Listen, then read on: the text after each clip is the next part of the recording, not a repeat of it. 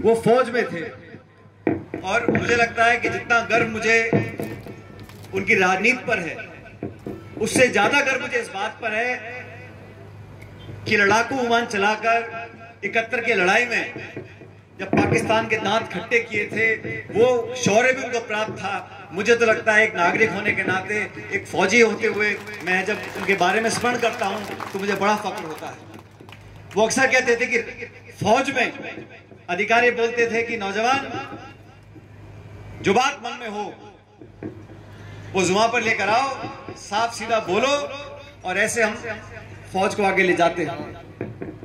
राजनीति में आगे बिल्कुल उल्टा है। पेट में क्या है, मन में क्या है, वो जुबान पे आना ही नहीं चाहिए। वो कहते थे उल्टी सीखोगे, तो कई साल लग गए उनको। फौजी तो सीधे सट बात बोलते हैं, हाँ तो हाँ, ना तो ना, और फौज में ऐसे होता है। अब राजनीति में उल्टा खेल है, किसी को ना नहीं बोल सकते, और जो मन में बात है वो कभी वोट पे आती नहीं है, अंदर ही अंदर वो गुड़कियां खाती रहती है।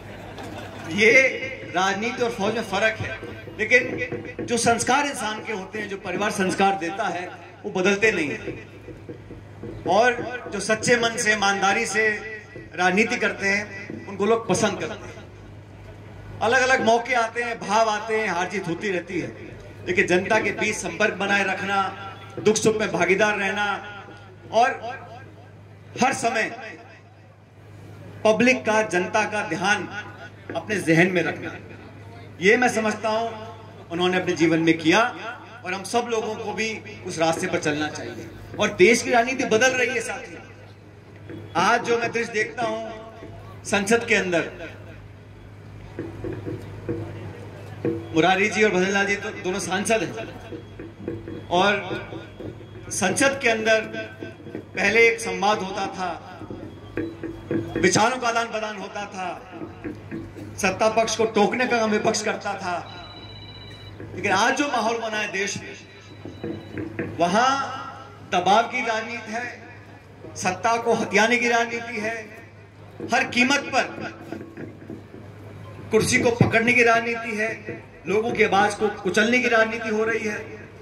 और जो लोग सत्ता के नशे में, सत्ता के घमंड में सोचते हैं कि जनता कुछ देख नहीं रही, हम विज्ञापन छपवा कर, विवाद खड़ा कर कर, मीडिया में अखबार, झंडा, बैनर, पोस्टर लगाकर लोगों का ध्यान भटकाते रहेंगे, ऐसा गलत है। जो लोग पीड़ित हैं, और मैं आप भी मुरारी जी में गाड़ी में बात कर रहे थे, इतनी अच्छी फसल इस बार हुई है आप सब लोगों की, मैं तो बधाई देता हूँ। कई सालों बाद अच्छी बारिश पड़ी है, अच्छी फसल हुई है, चने की, गेहूं की, बढ़िया, सब मुस्कुरा रहे हैं। तो किसानों के साथ ऊपर वाला तो न्याय कर रहा है, लेकिन जो सत्ता में बैठे हैं, क्या वो न्याय कर रहे हैं?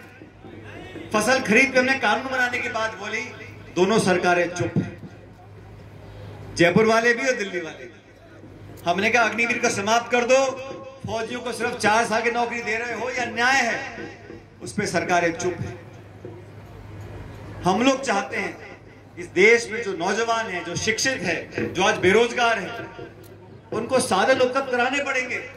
उस पर सरकार सिर्फ घोषणा कर रही है। मैं तो धन्यवाद देना चाहता हूं अभिमन्यु पूनिया जी का, इन्होंने विपक्ष में रहते हुए एक रोजगार मेला लगाया, सैकड़ों बच्चों को हाथों हाथ लोगों को नौकरी दिलाने का काम किया। ये सोच का है, सोच का परिणाम है। तो जो लोग सत्ता में बैठे हैं, उनको भी सोचना पड़ेगा कि आप कब तक धर्म के नाम पर, मंदिर मस्जिद के नाम पर, हिंदू मुसलमान के नाम पर सत्ता हथियाते रहोगे।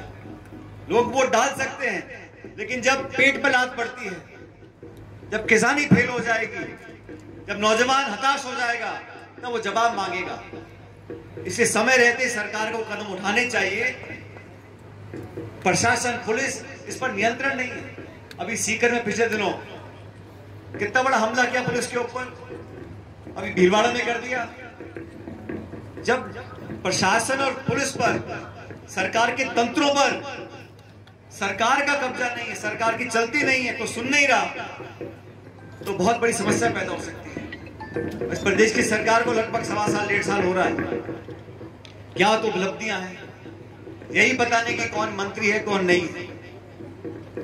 जिनको आपने जिम्मेदारी दी है, उनको जिम्मेदारी का निर्वहन करना चाहिए। मौका जनता ने दिया है, चाहे पूरा नहीं दिया हो, मौका आधा से ही दिया हो, लेकिन काम करना चाहिए, और नहीं कर पाए तो बंद कर देनी चाहिए दुकान। ये भी करना है, वो भी करना है, आधे मन से काम नहीं होते। और मौका मिला जन सेवा करने का, हर राजनीतिक दल, हर राजनीतिक कार्यकर्ता मेहनत करता है जनता का मन जीतने के लिए, चुनाव जीतने के लिए। सत्ता की कलम हाथ में हमारे आए ताकि नियम बने, कानून बने, बजट बने, प्रावधान हो, पैसे दे पाए हम लोगों को गांव पंचायतों में, इसलिए लोग सरकार में आते हैं। तो वो काम पूरा करना चाहिए। इस पंचायत में मैं क्षमा चाहता हूं, कई महीने लग गए इस कार्यक्रम को करने में, लेकिन मैं विशेष रूप से धन्यवाद देना चाहता हूं कामकरण मीणा जी को, उनके परिवार को, ठेकेदार साहब को, सब लोगों ने मिलकर जो मूर्ति का निर्माण किया और आप सबके साथ मिलकर इसका यहाँ पर जो उद्घाटन किया। मैं आप सबका तहे दिल से, व्यक्तिगत रूप से भी और मंच पे बैठे सब लोगों की तरफ से बहुत धन्यवाद करता हूँ। और इस पंचायत को मैं बहुत लंबे अरसे से देख रहा हूँ। यहाँ जो पहले छोटे बच्चे थे अब पूरे जवान हो गए, जो हट्टे कट्टे थे थोड़े ढल गए, लेकिन जो प्यार और मोहब्बत आपकी आंखों में है वो आज भी बरकरार है। मैं ईश्वर से प्रार्थना करता हूं कि ये स्नेह और सत्कार आप लोग हमेशा बनाए रखें। आपका बहुत बहुत धन्यवाद। राम राम साहब।